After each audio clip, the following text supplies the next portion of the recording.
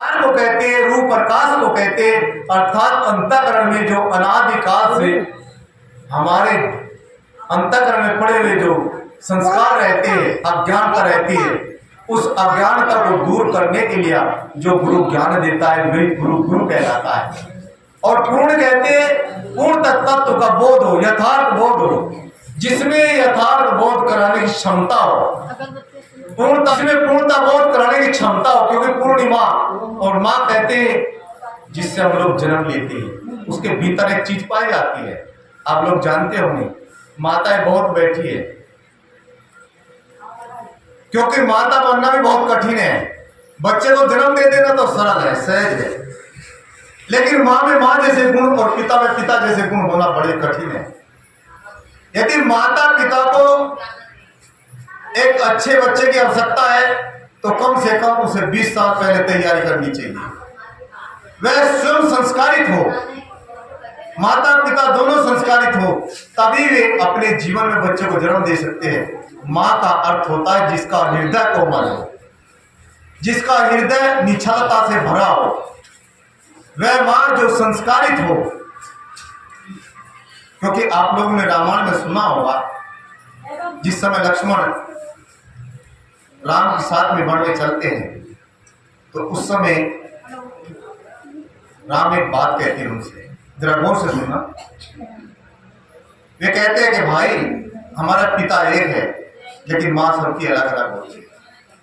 आप ऐसा करिए, आप अपनी माँ के पास में जाकर के आज्ञा लीजिए। यदि आपकी माता राम आज्ञा दे देती है तो मिले जाने को आपको वनवास में तैयार हो, अन्यथा मैं नहीं ले जा सकता। तो माता के पास जाते हाथ जोड़ते हैं कि मैं प्रभु राम की सेवा में जा रहा हूँ, माता आपका क्या आदेश है? तो वो एक आदेश करते हैं, बेटे जाओ, किसी भी महापुरुष की सेवा करना एक सपूत पुत्र का काम होता है। जैसे कि एक माता यहाँ पर अभी उपस्थित है, मेरे बाजू में बैठे उनकी कोख से जन्मे एक ऐसे महात्मा, एक ऐसे संत जो त्याग वैरागवान है। वह माता धन्य है जो अपने बेटे को किसी महापुरुष की सेवा में लगाती हो अथवा महापुरुष बनाती हो, क्योंकि वह हर एक माँ उसको जन्म नहीं दे पाती। बच्चे को जन्म बहुत दे देती है, लेकिन जन्म उस माता का सार्थक है बच्चे को जन्म देना जो किसी अपने बच्चे को किसी महापुरुष की सेवा में लगाती है। क्योंकि महापुरुष की सेवा में लगाने के बाद वह बच्चा एक ना एक दिन स्वयं भी महापुरुष बन जाता है। आप लोग जानते हो, किसी ने इत्र देखा होगा, जब हम लोग इत्र को लगाते हैं तो उसमें खुशबू आती है, परंतु जो नहीं लगाता उसके पास बैठा तो इत्र उस तक भी खुशबू पहुंचा देता है। ठीक इसी प्रकार से हम लोग सेवा करते करते एक दिन महापुरुषों के गुण हमारे में आते हैं, तो वह माँ धन्य है जिसके बेटे त्याग वैराग्यवान संपन्न होकर के इस समाज को सत्य का बोध देते हैं। सदगुरु कबीर साहब जैसे महापुरुषों का बोध देते हैं। इसलिए माँ का अर्थ होता है जो पूर्णतः शुद्ध संस्कारित और जिसका हृदय निश्चल हो, ऐसे गुरु की उपमा माँ से दी जाती है। इसलिए गुरु को भी माँ का दर्जा दिया जाता है। जब गुरु शिष्य को सिखाता है तो माँ के तुल्यवत होकर के सिखाता है। आज गुरु पूर्णिमा का दिन है, वह दिन है जो हम सब लोग को बड़ी खुशी और मंगलता के साथ मनाना चाहिए। क्योंकि सज्जनों, आज गुरु के पास बैठ करके हमें अपने तन से, अपने मन से, अपने वचन से जो हमारे अनजाने में अज्ञानतावश जो हमसे पापाचार गलत कर्म हो चुका, उस कर्मों को विसर्जन गुरु के चरणों में किया जाता है। क्योंकि ये ज्ञान गंगा है। यहाँ पर लोग जाते हैं हरिद्वार, ऋषिकेश, वहां पाप धोने के लिए जाते हैं। पानी कभी पाप नहीं धो सकता है, पाप हृदय में बसता है, चमड़ी पर नहीं बसता है। ये चमड़ी पर बसता है क्या? चमड़ी पर नहीं बसता। और यदि गंगा पाप काटती तो आदमी हत्या करके फिर गंगा स्नान कर लेता, लेकिन ऐसा नहीं है। पाप तो हृदय में बसता है। गंदे कर्म, गंदे संस्कार आपके हृदय में बसते। सुबह शुभ कर्म जो भी करते हुए हृदय में विराजमान होते, उस हृदय तक किसकी आंच पहुंचती है? अच्छे सदगुरु की वाणी की आंच पहुंचती है, एक ब्रह्मचर्य की आंच पहुंचती है, एक सत्यता की आंच पहुंचती है, जो उन कर्मों को जलाने की क्षमता रखता है। इसलिए माँ जैसा शब्द पूरे इतिहास में नहीं आता। हमारे भारतीय संस्कृति में माँ को पहला स्थान दिया है। मातृदेव भव, पितृदेव भव, अतिथि देव भव, आचार्य देव भव। माँ का देवता होती है। क्यों माँ को पहला शब्द दिया? क्योंकि माँ वह है जो अपने बच्चे को संस्कारित बनाती है, अपने बच्चे में एक अच्छे गुण पैदा कर देती है, अच्छे महापुरुषों के पास ले जाती है और अपने आप ही संतों की सेवा करती है। वह माँ कहलाती है और माँ तुल्य गुरु होता है। इसलिए आज गुरु पूर्णिमा है तो हमें यहाँ से कुछ संकल्प करके जाना चाहिए। यदि हमारे मन में कोई विकार उठता है, हमारे मन में कोई निश्चलता आती है, तो उसको विसर्जन करके घर गृहस्थी में रहते हुए, पति पत्नी के साथ रहते हुए, बच्चों के साथ रहते हुए भी हमें निर्मल और पवित्र जीवन जीना है। क्योंकि आज गुरु पूर्णिमा का दिन है, हम आज गुरु के दरबार में बैठे हैं। और आप लोग जानते हो यहाँ तो गुरु का दरबार है, यहाँ आदमी से भी बल्कि देवता से भी बड़ा एक ऐसा देव बना दिया जाता है जो इस पृथ्वी पर खोजने से नहीं मिलता है। सज्जनों, मनुष्य जीवन है, जिसने गुरु को जान लिया फिर दूसरा कुछ जानने की आवश्यकता नहीं है। मुझे एक छोटा सा पद याद आ गया, आप लोग की अनुमति हो तो कह देता हूँ।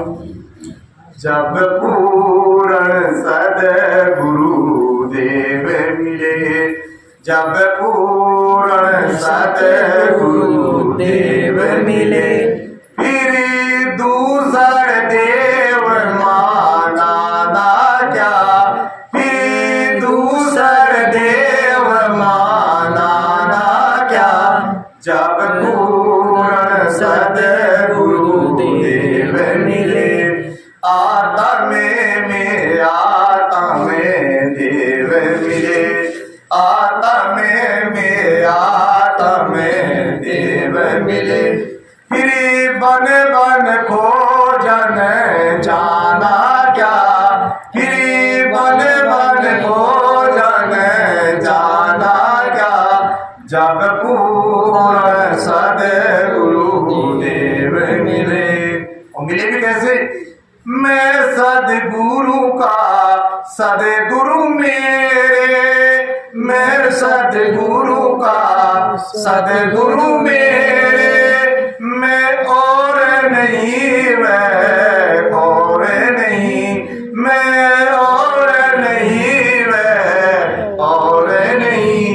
जब ऐसा निश्चय धार लिया, जब ऐसा निश्चय धार लिया, फिर और से प्रेम लगाना क्या, फिर और से प्रेम लगाना क्या।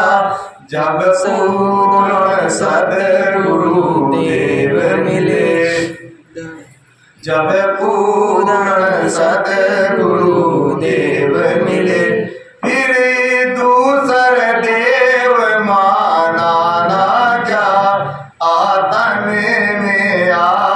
में देव मिले, फिर बन खोजन जाना क्या।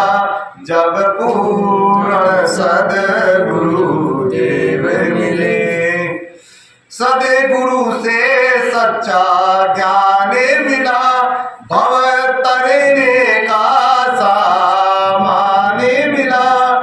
सद्गुरु से सच्चा ज्ञान मिला, भव तरने का सामान मिला। ब्रह्मिक पोथी पतरे में, ब्रह्मिक पोथी पतरे में, जीवन को व्यर्थ गवाना क्या, जीवन को व्यर्थ गवाना क्या। जब पूर्ण सद्गुरु देव मिले, जब पूर्ण सद्गुरु देव मिले, अज्ञान अंधेरे मिटाने को, अज्ञान अंधेरा मिटाने को, बारिजा ज्योति जलाते हैं, बारिजा ज्योति जलाते हैं। जब मंदिर में ज्योत जगी, जब मंदिर में ज्योत जगी, फिर बार ज्योति जलाना क्या,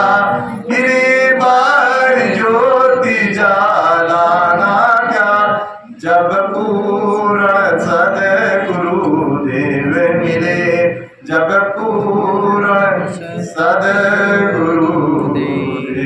मिले। बोलो सद्गुरु कबीर साहेब। मेरा समय पूरा हो